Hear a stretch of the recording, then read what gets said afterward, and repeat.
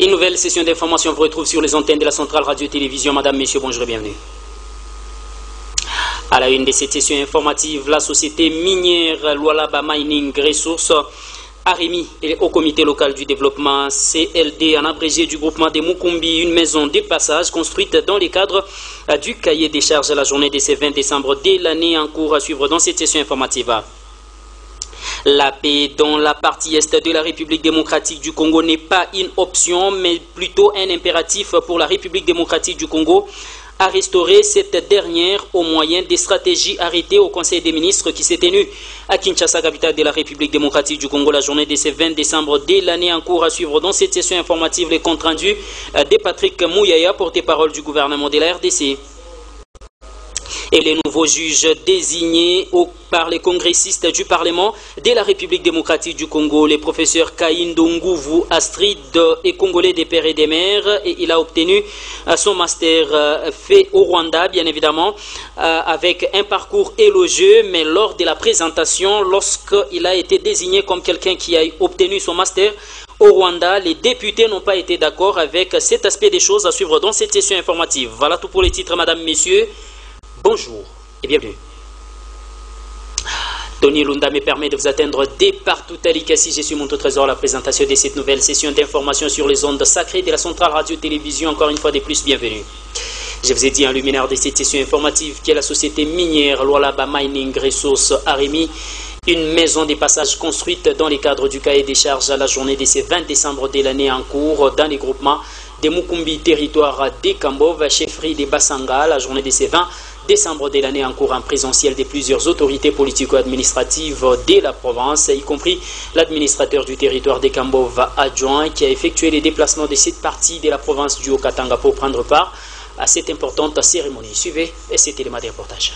C'est une véritable allégresse qui domine les cœurs des fils et filles du groupement des Mukumbi et dans les territoires des Kambov de recevoir cette maison de passage construite dans le cadre du cahier des charges remis à l'entreprise Lualaba Mining Resources la journée de ce 20 décembre de l'année en cours.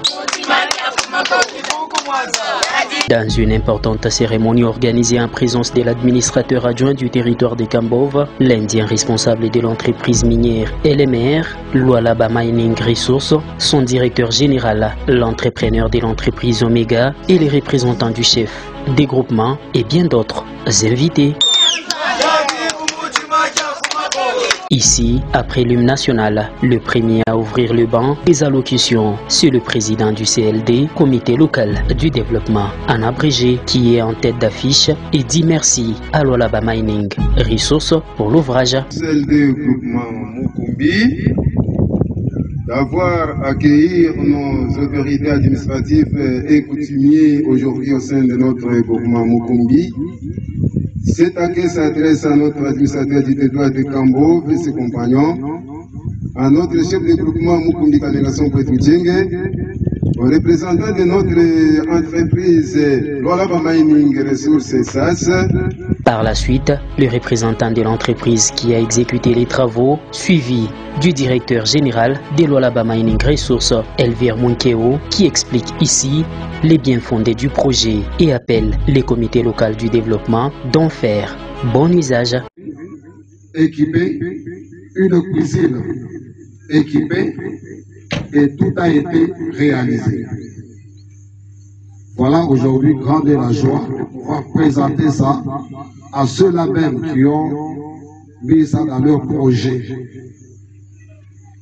Voilà, Baba Mining Resources répond favorablement à l'attente de la population impactée. Voilà, Baba Mining Resources est aussi content et reconnaissant aux efforts que ne cesse de fournir son Excellence, le président de la République, Félix Tshisekedi Tshilombo, que je cite. Sans pour autant oublier les efforts poursuivis par son talent gouvernement, Wandani Kiabulaka, répercuté par l'administrateur de Kambov, sans oublier les efforts fournis aussi par les grands chefs de Basanga, qui est secondé par le chef Mukumbi, où nous sommes aujourd'hui pour cette cérémonie. Nos hommages vont aussi tout droit à toute la population qui avait songé de pouvoir avoir une maison de passage dans le village. Ainsi donc, nous demandons à tous les utilisateurs, tous les bénéficiaires, de pouvoir gérer cette maison en bon père de famille. Intervenant au nom de l'État RD congolais, l'administrateur du territoire Ade Kambov adjoint dit merci à l'entreprise Lualaba Mining Resources qui l'encourage à poursuivre cet élan du développement voulu par le président de la République et chef de l'État, Félix-Antoine Tshisekedi Tshilombo, relayé en province par les voyants gouverneurs Jacques Kiabula Katwe. Na président wa CLD na comité yake jambo inu malingine tunazania mie kufika huku maison de passage ni mara ya kwanza. Mnafika pa kule kumbele mishiku yaka sema huku kuku ibijui tunafuchama huku. Tunapikia aksanti kuba responsable ya entreprise LMR SAS kwa respect ya cahier de charge yabo ile basinye pamoja na CLD na tunaona maœuvre inajirealize au sein de la communauté. Tutalomba kwa CLD mchungaji wa hii bien aichunge mzuri na apate kupokea bageni bakutokea huku na huku, na tunaleta tena shukrani kwa entreprise LMR SAS. De son côté, les représentants du grand chef des groupements invitent l'entreprise à réaliser l'ensemble de son cahier des charges. Lualaba Mining nayo vile tunasema mwafa iko tena.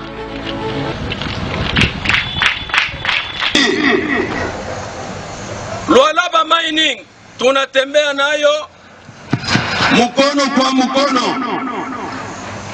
Lualaba Mining, Chef Mukumbi anasema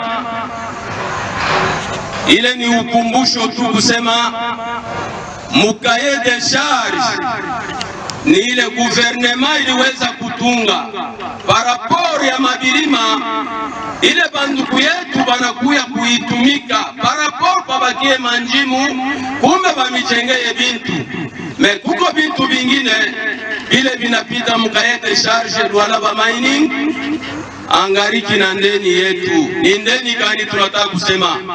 Uko tracteur haijafika, unakuya camion arroseuse haijafika, unakuya kukote ya elevage baliweza kuleta karibu manamba 2 au 3. Unabakia turu ya mwisho haijafika. Juste après cette série d'allocutions, l'heure était à la coupure du ruban symbolique, précédé par la bénédiction traditionnelle de l'ouvrage exécuté par le grand chef en personne qui a fait les déplacements du lieu de la cérémonie.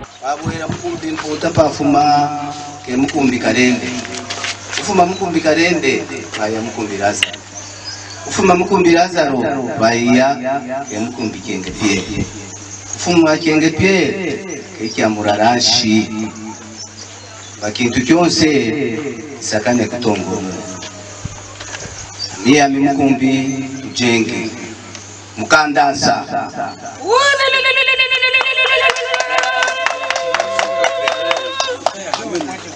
Upembawu Ewa shere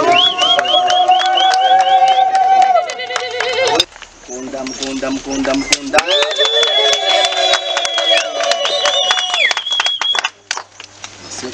Muno mwakenda bakapa nebombo embota Muno mwakenda bakapa nebombo embota Ukimomu ya wali Muno mwakenda ba mwaji nebombo embota Ukimomu Muno mwakenda ba mwaji nebombo embota Ukimomu ya wali Muya yo yo yo Muya wali Muya yo yo yo Muya wali. Coupure du ruban terminée, la visite guidée de ces patrimoines qui a 5 chambres d'accueil, ornées des toilettes, douches, garde-robes et bien d'autres dans un ensemble qui comprend 2 salons bien meublés, une cuisine et une buanderie.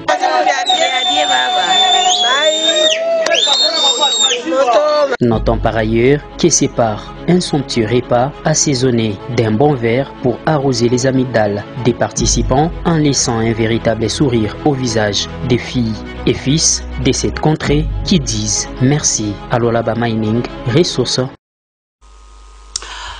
Du groupement des Mukumbi Randonneau à Lubumbashi, capitale cuprifère de la République démocratique du Congo, la députée provinciale élue de la montagneuse ville d'Elikasi, honorable Tchala Mobika, a introduit une note d'information à l'Assemblée provinciale pour signifier à ses pairs députés provinciaux de l'espace Okatanga la situation qui traverse la montagneuse ville d'Elikasi avec les traitements inhumains réservés aux sujets des Congolais dans les différentes entreprises minières de la montagneuse ville d'Elikasi. Et les cas les plus récents, c'est celui du sujet Trésor Ilunga qui a été tabassé à mort par les agents de l'ordre sur instruction d'un sujet chinois et ce dernier a rendu l'âme, chose déplorable et qui a motivé la convocation du maire de la ville d'Elikasi, Mungomba Tamba Henri, et de ces sujets chinois à l'Assemblée provinciale pour aller donner de plus amples détails aux élus du peuple. Suivez.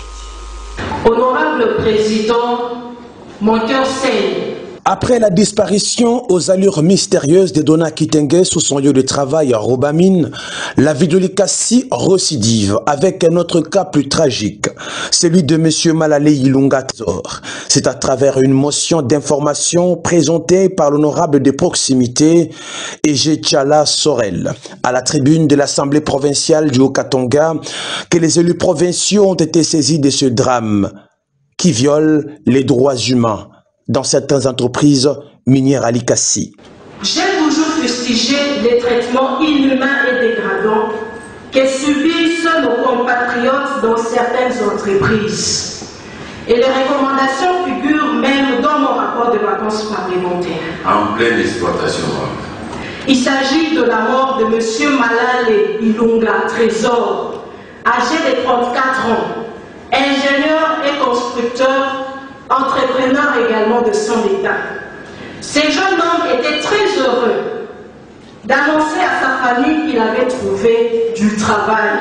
Il y a des gens qui se permettent de tout jusqu'à violer intentionnellement le droit d'autres concitoyens. D'un ton parlementaire ferme, à la sonorité de la gravité de cette disparition tragique qui endeuille une famille, celle qui fait de son mandat un sacerdoce, l'honorable Tchala va décrire, sans détour des mots, ce scénario digne d'un film d'horreur. Arrêté sur son lieu de travail par les agents de l'ordre sous prétexte que l'infortuné aurait détourné l'argent de l'entreprise, une sous-traitance d'un sujet chinois travaillant à la GCK. Ils ont été victimes des coups, des blessures. Autrement dit, ils ont été sérieusement tabassés. Toutes les tentatives de la famille pour entrer en contact avec les frères, leurs frères incarcérés au bureau 2, s'était avéré vaines. Après plusieurs supplications du grand frère du défunt auprès de l'OPJ ayant en charge le dossier, ce dernier aurait passé un coup de fil sur place même au conseil de la société qui avait conclu le contrat avec le regretté. Malheureusement, le conseil autorisa l'OPJ de garder les suspects et de les corriger sérieusement. Honorable Président, dans un pays comme le nôtre, où le chef de l'État, Félix Antoine Tshisekedi Tshilombo, a toujours prôné pour l'État de droit, comment peut-on se permettre d'infliger un tel traitement à un compatriote? Comment peut-on priver le droit de visite à un prévenu? Comment les procureurs peuvent-ils se décider d'ordonner l'ordre d'élever le corps sans la présence d'un membre de famille? Honorable Président, les faits tels que vous relatez violent les prescrits de l'article 18 de notre Constitution. Eu égard à cette disparition tragique, l'élu de Likasi a fait des recommandations suivantes. Ordonner les transferts en toute urgence du corps de la morgue d'Ako vers la morgue SNCC ou Gétamine, car vous vous souviendrez que lors de la lecture de mon rapport de vacances parlementaires, j'avais fustigé le mauvais état de la morgue d'Ato, d'exiger l'autopsie du corps afin de révéler les causes du décès de la victime, de vérifier les conditions de détention dans l'anneau du bureau 2 et d'établir les responsabilités, d'interpeller les responsables de la sous-traitance ainsi que les autres responsables impliqués dans ce dossier. Tout ceci dans l'objectif de faire éclater la vérité, que les regrettés soient néanmoins immédiatement, que la famille trouve bien des causes, que les fautifs répondent de leurs actes et que ce genre de pratiques cessent dans notre ville. Selon les sources concordantes, les responsables de la sous-traitance, un sujet chinois, le maire de la ville de Likassi, sont attendus à l'Assemblée provinciale ce jeudi pour éclairer la lanterne du bureau de l'Assemblée provinciale dirigée par l'honorable Michel Kaboué, dit 600.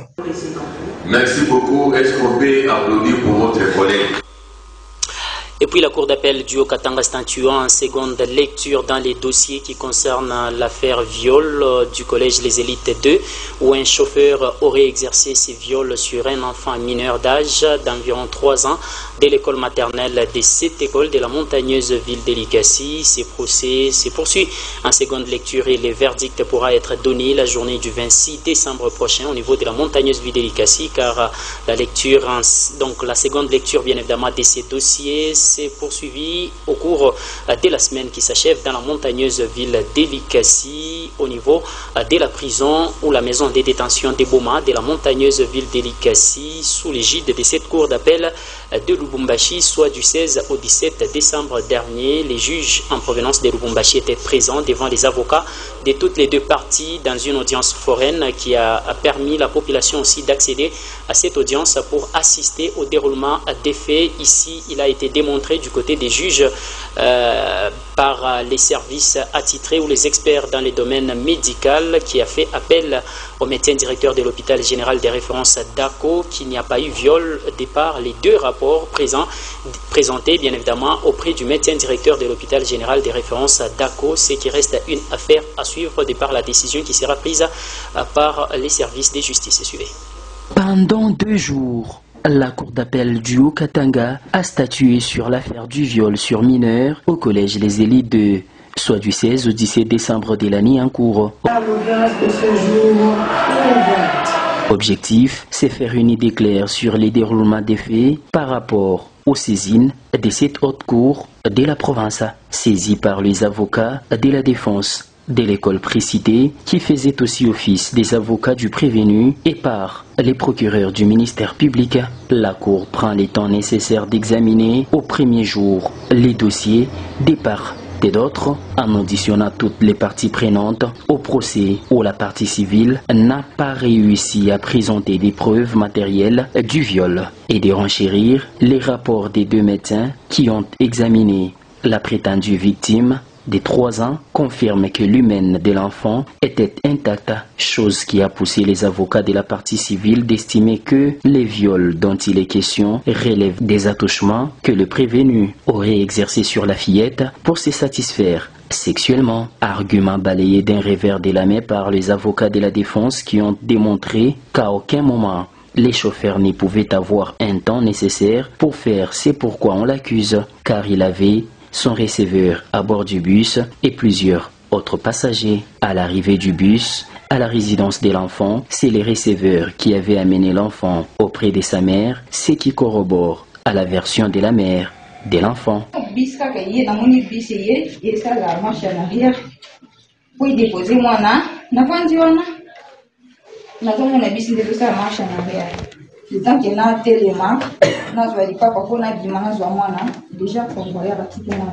Si au premier degré, la mère de l'enfant disait avoir un sous-vêtement ensanglanté et une forte quantité de liquide séminal de l'homme qu'elle n'a jamais mis à la disposition de la justice, au second degré, elle parle plutôt des attouchements sexuels avec 2 doigts à l'organe génital de la fillette de 3 ans, chose qui aurait occasionné la petite écorchure sur son appareil génitale. Au moment où les seconds rapports médicaux rejettent cet état des choses en affirmant que la fillette souffrait des inflammations ou les infections sexuelles qui ont occasionné les égratignures qui ne pouvaient que provoquer une petite écorchure normale qui n'a rien à voir avec la pénétration. Pour les besoins de la cause, le président de la Chambre, Mukuna Kabanvurosi, a renvoyé les dossiers la journée de ce mardi 17 décembre de l'année en cours. Ici, le médecin directeur de l'hôpital général des références d'Ako, Hugues Kilufia, a été requis en sa qualité d'expert pour éclairer la religion de la justice sur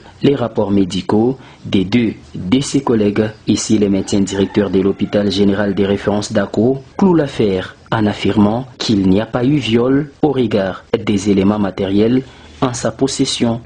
Je pense que les deux rapports ont été faits à des dates un peu différentes. Mais le point commun par rapport à la matière en question, c'est juste voir s'il y avait rapport sexuel ou pas, s'il y a eu viol ou pas. Bon, celui qui va définir s'il y a eu viol, je pense, c'est les juristes.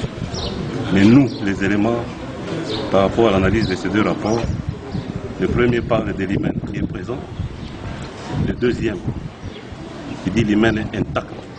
Donc pour nous, avec notre petite réflexion qu'on a apportée, il n'y a pas eu de rapport sexuel.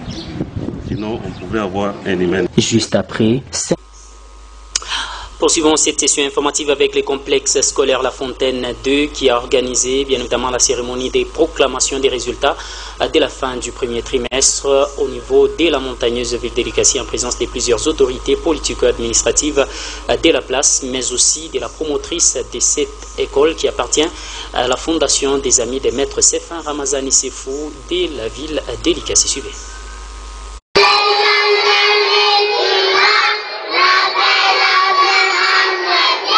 Sous la houlette de la Fondation des Amis des Maîtres Sefin Ramazan Sefou, Famasser en abrégé, le complexe scolaire La Fontaine 2 a clôturé le premier trimestre de l'an 2024-2025, c'est jeudi 19 décembre 2024, date qui marque la fête de Saint-Nicolas, généralement fêtée au mois de décembre partout en République démocratique du Congo dans les écoles maternelles. Devant la foule ici présente, le directeur du complexe scolaire La Fontaine 2 va rappeler aux parents l'importance de cette journée inoubliable. Ça deviendra maintenant le préscolaire.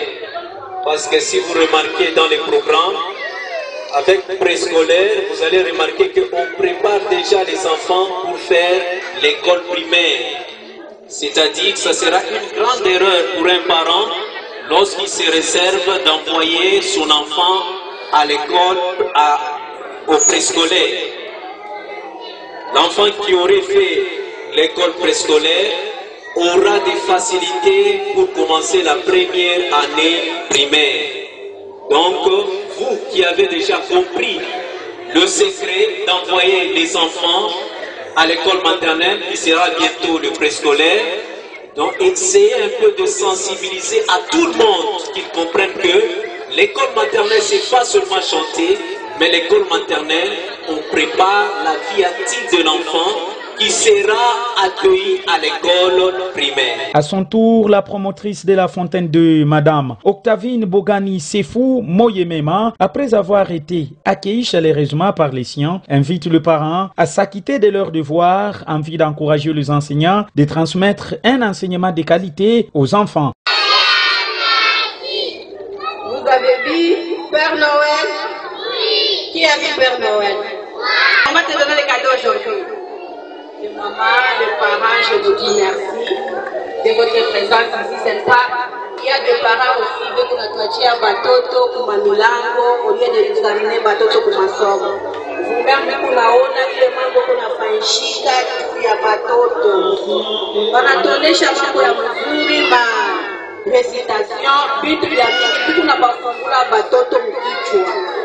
Na njoo ili tunamilomba papara mutufere tena confiance na mwe benyewe mutaona hii ni premier trimestre mnaona mwe benyewe mnaona vile ba madame kunatumika mwangalie deuxième trimestre tutamika tena na troisième trimestre mtaiona tena vile bapara batafanya nini kweba madame beko na tumika mina miloba tu mutu faire confiance wanza kutupacha kuna batoto ata parce que temps yabo ikukiloko sana ku maternelle. Octavine Bogani Sefou Moyemema va chiter en remerciant Maître Sefin Ramazani pour ses actions caritatives menées dans la ville de Likasi.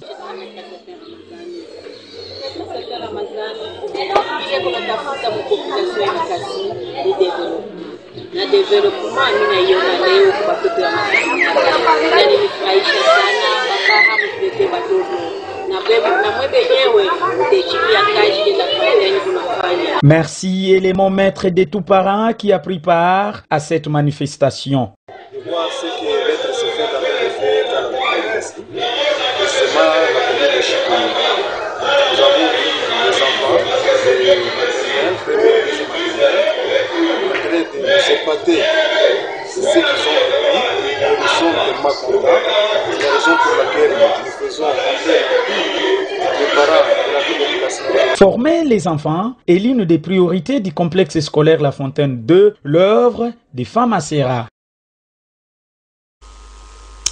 Déchitour rendons au quartier Kakonte dans la commune d'Epanda où la population de cette partie de la montagneuse ville de Likasi déplore le manque de l'énergie électrique et appelle à l'implication de l'autorité compétente pour qu'il y ait rétablissement de l'énergie électrique parce que la population se retrouve livrée à son triste sort et ne sait plus à quel sens se vouer par rapport à cette situation. Rien n'est dit par la Société nationale d'électricité, moins encore par les autorités attitrées habitant ces quartiers de la montagneuse ville d'Elikasi. Cependant, ces habitants de cette partie de la RDC déplorent aussi les pertes en vivres qui étaient dans leur réfrigérateur au niveau de cette partie de la montagneuse ville d'Elikasi. C'est ce que je vous invite à suivre dans cet élément à DT Ombunda. C'est depuis un certain temps que les habitants du quartier Kakonte de Panda sont privés de l'énergie électrique, chose qui bloque plusieurs activités économiques de fonctionner normalement. Autrefois, Kakonte était l'un des quartiers de la commune où les courants ne posaient pas de problèmes, une situation qui n'arrange pas la population de cette partie de la ville montagneuse de Likasi. Banduku yetu kushito kunateswa mbaya mambo ya moto, moto kunendaenda saa mambo engine. Shia tu kunaujisha bintu, manyama ikunaoza makonjilete, atueka tutabi fanya je shia usimutusaidie kama wote kunendaenda saa ikiwa kufa je hatuna hata na moyo kuangalia television batoto bakwe di television mwachi vile ni mubaya mturudishie kwa moto banduku mutusaidie. La présence des entreprises dans ces coins soulageait ses habitants en croyant que le manque du courant électrique devrait rester dans l'histoire. Et puis la paix dans la partie est de la République démocratique du Congo n'est plus une option à lever au niveau de la RDC, mais c'est plutôt un impératif. Ces mots sont ceux du chef de l'État RD congolais Félix-Antoine Tshisekedi Tshilombo lors du Conseil des ministres qui s'est tenu à Kinshasa, capitale de la RDC, la journée de ce 20 décembre de l'année en cours. Ici, le chef de l'État a signifié que par tous les moyens, la République démocratique du Congo doit restaurer la paix dans la partie est de la RDC et appelle la communauté internationale à avoir un regard pressant sur le Rwanda qui a boycotté les travaux de Luanda avec la tripartite qui devait se tenir dans cette partie de la République démocratique, donc de la région du Grand Lac.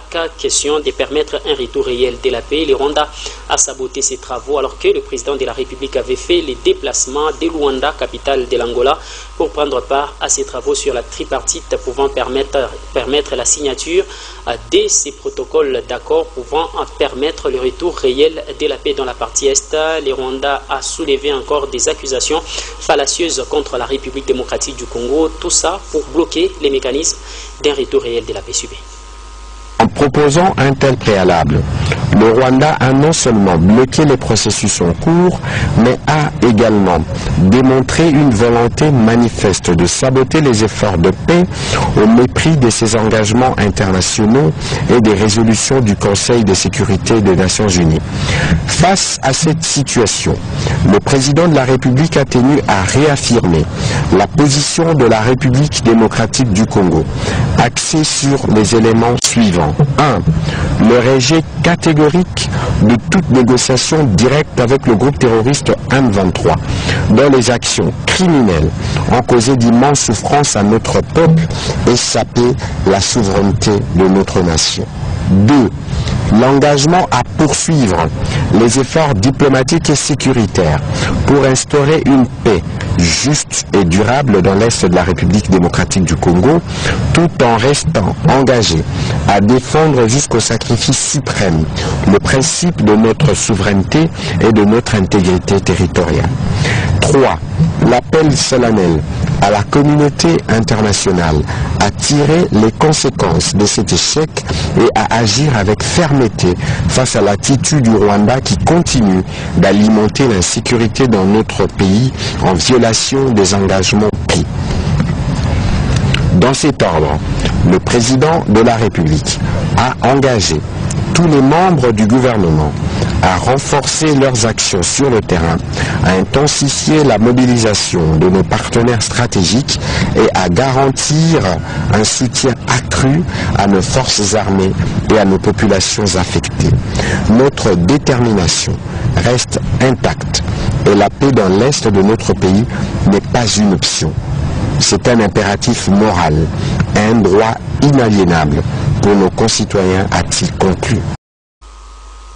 Et puis, tard dans la soirée de ce 19 décembre de l'année, encore le chef de l'État a procédé à de nouvelles nominations et permutations au sein des forces armées de la République démocratique du Congo, où le chef d'état-major général des FARDC a été permuté pour être désormais conseiller sur des questions militaires auprès du chef de l'État des Congolais, Félix-Antoine Tshisekedi Tshilombo, alors que le général Jules Banza-Mouilamboué l'a remplacé dans ses fonctions de chef d'état-major général des forces armées de la République démocratique du Congo. Retour en image.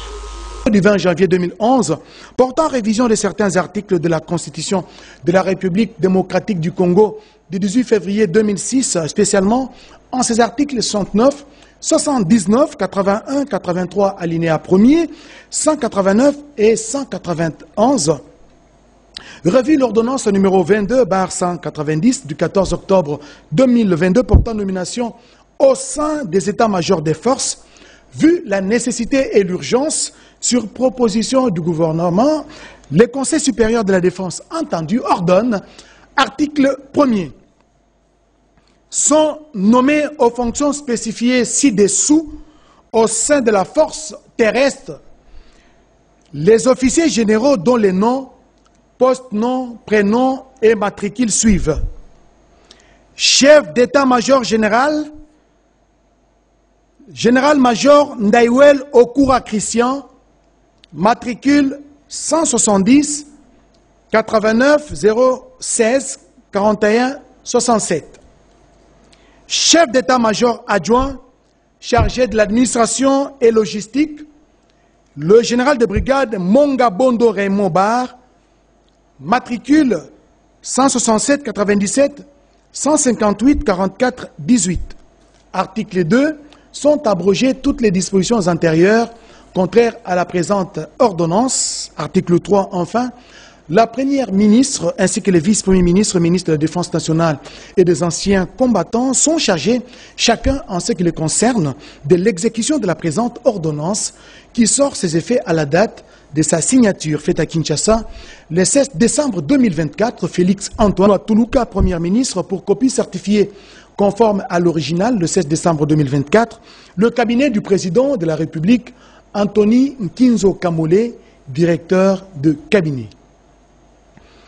Ordonnance, enfin, ordonnance numéro 24/125 du 16 décembre 2024 portant nomination d'un conseiller militaire du président de la République.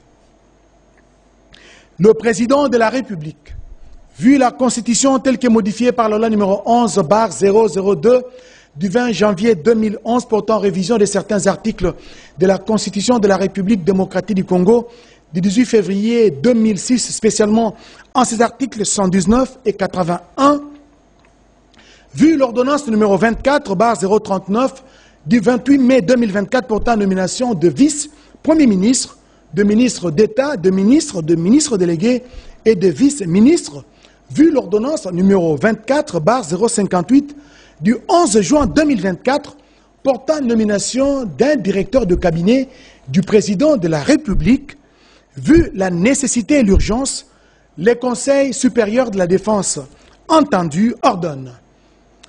Article 1er. est nommé conseiller militaire du président de la République le général d'armée Chiwewe Songesha Christian, matricule 168 98 221 22 60. Article 2.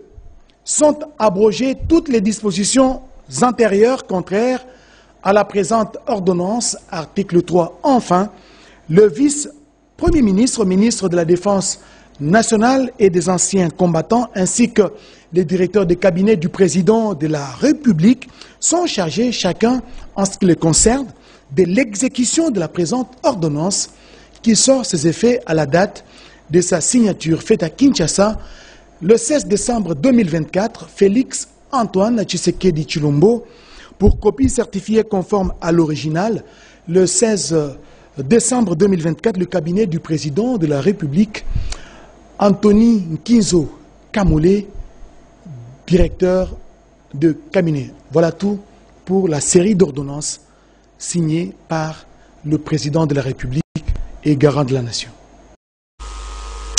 Et puis au cours d'une importante cérémonie qui a procédé ou qui a permis au général Edi Kapenda de la 22e région militaire de l'espace Grand Katanga de pouvoir émettre un certain nombre de bancs à l'école primaire Boulouo de la montagneuse ville d'Elikassi qui porte le nom de Oussamani bien évidemment de la montagneuse ville d'Elikassi. Il a ainsi appelé aux semeurs des troubles d'éviter, de tenter une quelconque action qui viserait à déstabiliser les institutions de la province. Ces vendeurs d'illusions ne pourront pas réussir car la population a plus que jamais besoin de la paix. Si seulement certains généraux peuvent être manipulés par ces vendeurs d'illusions, ils seront pendus. C'est les propos tenus par le général Edi Kapenda lors de son passage dans cette école pour la remise des bancs. Il était devant les officiers militaires de la montagneuse ville d'Elikassi, mais aussi certains de la province du Haut-Katanga. À tout ce qui peut porter malheur à notre pays. Vous entendez ici, là, des rumeurs, des vendeurs d'illusions. Ils disent le 20 décembre, ils vont attaquer l'espace du Grand Katanga. Ils vont attaquer la 22e région militaire. Regardez ces enfants. Si le 20 il y a des troubles, on n'allait plus les revoir. Regardez-vous, partout où vous êtes, s'il y a des troubles le 20, vous ne serez plus assis là. Dites à ces gens qui se trompent de l'époque, qui se trompent des moments, et que c'est un mensonge qu'ils donnent pour troubler la quiétude et la paix. Parce que aujourd'hui, moi devant tous ces officiers assis et devant toutes les troupes que nous commandons, nous n'allons plus accepter que quelqu'un entre dans cette ville et dans le vide de tout ailleurs pour troubler la sécurité. Je n'accepterai jamais. Je serai dur, très dur, plus dur que ceux qui ont commandé avant. Il n'y aura pas de blague, il n'y aura pas de parole. Évitez donc d'être complices de tous ces gens. Ils ne sont pas habillés en tenue militaire. Ils sont habillés comme vous, en costume, en cravate, en robe, en paille. Donc on ne saura pas les distinguer des bons citoyens. Voilà pourquoi vous avez l'obligation d'être du côté de votre armée pour dire à ces gens-là, vous vous trompez d'époque. Nous n'avons pas besoin de la guerre. Nous avons besoin de la paix pour construire les écoles, pour construire les routes, pour construire les maisons, pour construire les hôpitaux, pour construire tout ce qui doit favoriser le progrès et le développement de notre pays. Nous avons besoin de la sécurité pour que chacun, les mamans vont au champ, les papas vont au travail qu'ils font, les enfants à l'école, que chaque personne fasse ce qu'il peut faire. Nous n'avons pas besoin de troubles qui importent le malheur. Voilà le message que je donne à vous pour le transmettre à toute votre population. Dénoncez tous les criminels. Dénoncez tous les traîtres. Et puis, il vous souviendra que l'Organisation des Nations Unies en sigle a pris la ferme décision de proroger d'une année les mandats des casques bleus de la MONUSCO au niveau de la République démocratique du Congo. Cependant, ils ont promis de prendre en compte la demande formulée par le gouvernement de la République démocratique du Congo d'assouplir les retraits des casques bleus de la MONUSCO du territoire RD et congolais. Cependant, cette prolongation a été actée par un échange au niveau du siège de l'Organisation des Nations Unies, et au cours de cet échange, les États-Unis d'Amérique ont dit leur indignation de voir à certains pays refuser de désigner dans les rapports finaux de l'Organisation des Nations Unies le Rwanda comme étant le principal agresseur de la République démocratique du Congo, ce qui n'aide en rien les casques bleus de la MONUSCO, moins encore les opérateurs humanitaires qui œuvrent en République démocratique du Congo, surtout dans la partie est de la RDC, car plusieurs rapports de l'ONU démontrent que le Rwanda a plus de 1000 à 4000 militaires qui sont en train d'écumer l'Est de la République démocratique du Congo en sémant l'insécurité et la terreur dans cette partie aux côtés des M23 et des rebelles de l'AFCSUE. Pour le renouvellement du mandat de la MONUSCO pour 1 an, nous remercions la France et le Mozambique pour les efforts qu'ils ont déployés en ce sens. Cette résolution soutient la demande de la RDC qui a demandé à bénéficier d'une approche plus souple et plus graduelle dans le retrait de la MONUSCO. Nous espérons pouvoir justement examiner les plans qui seront échafaudés pour ce faire, une fois qu'ils auront été arrêtés par la RDC et la MONUSCO, tel que l'appelle le projet de résolution. Nous sommes favorables au renouvellement du mandat de la MONUSCO, c'est vrai. Cependant, nous sommes très déçus de constater que certains membres du Conseil n'ont pas voulu inclure des formulations décrivant le rôle du Rwanda dans l'est de la RDC. Et en effet, au cours de l'année qui vient de s'écouler, le groupe d'experts a documenté de manière méticuleuse le déploiement de 3000 à 4000 soldats rwandais sur le territoire de la RDC, dans l'est de la RDC, et l'incidence que celle-ci le Rwanda a eu sur les actions du M23. Alors on utilise des euphémismes plutôt que d'appeler un chat un chat. En effet, nous devons prendre acte de la situation sur le terrain.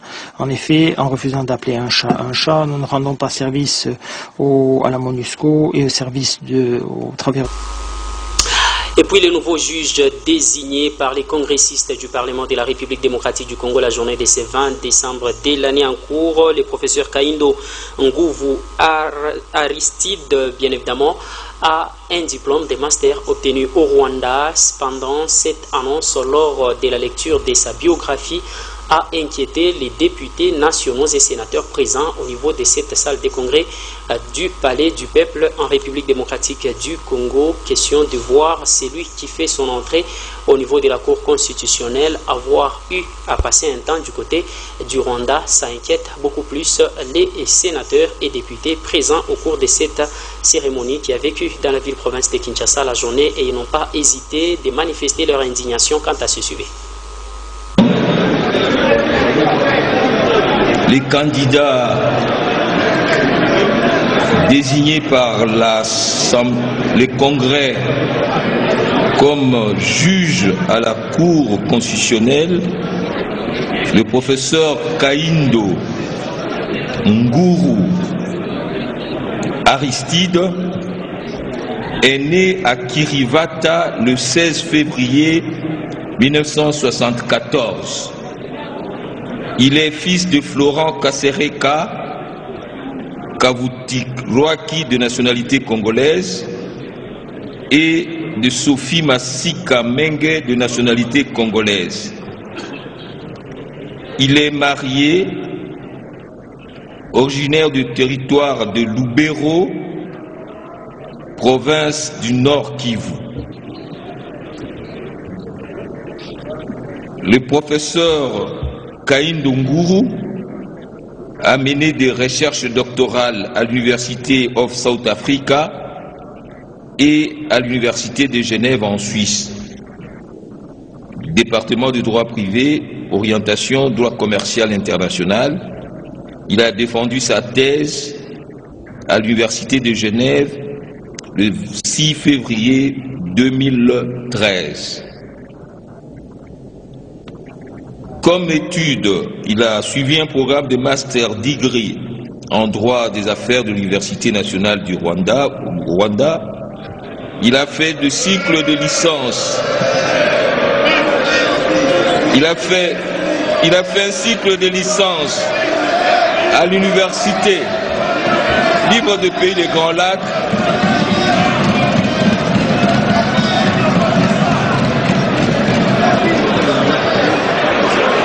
Il est auteur de plusieurs publications.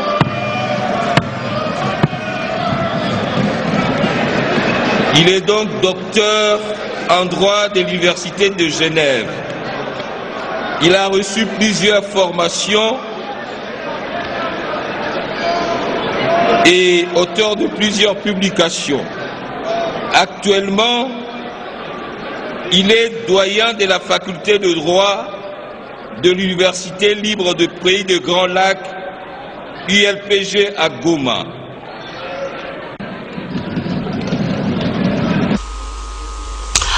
Place à présent, rappel des titres.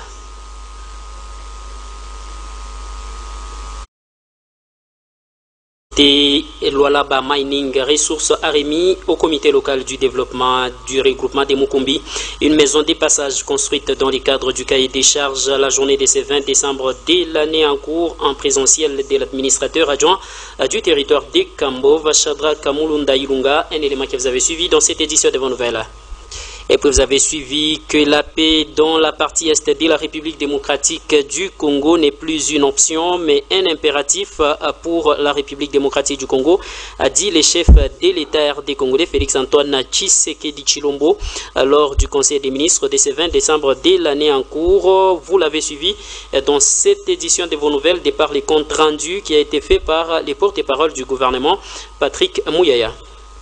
Et puis vous avez suivi que le nouveau juge désigné par les congressistes du Parlement RD congolais Kaindo Nguvu Aristide et congolais des pères et des mères, qui est né à Karivata, bien évidemment le 16 février 1974, et a obtenu son master au Rwanda avec un parcours élogieux, mais lors de la présentation de son parcours, les députés n'ont pas caché leur mécontentement de voir que c'est lui qui fait son entrée à la Cour constitutionnelle et un parcours qui l'a amené jusqu'au Rwanda, un élément que vous avez aussi suivi dans cette édition de vos nouvelles.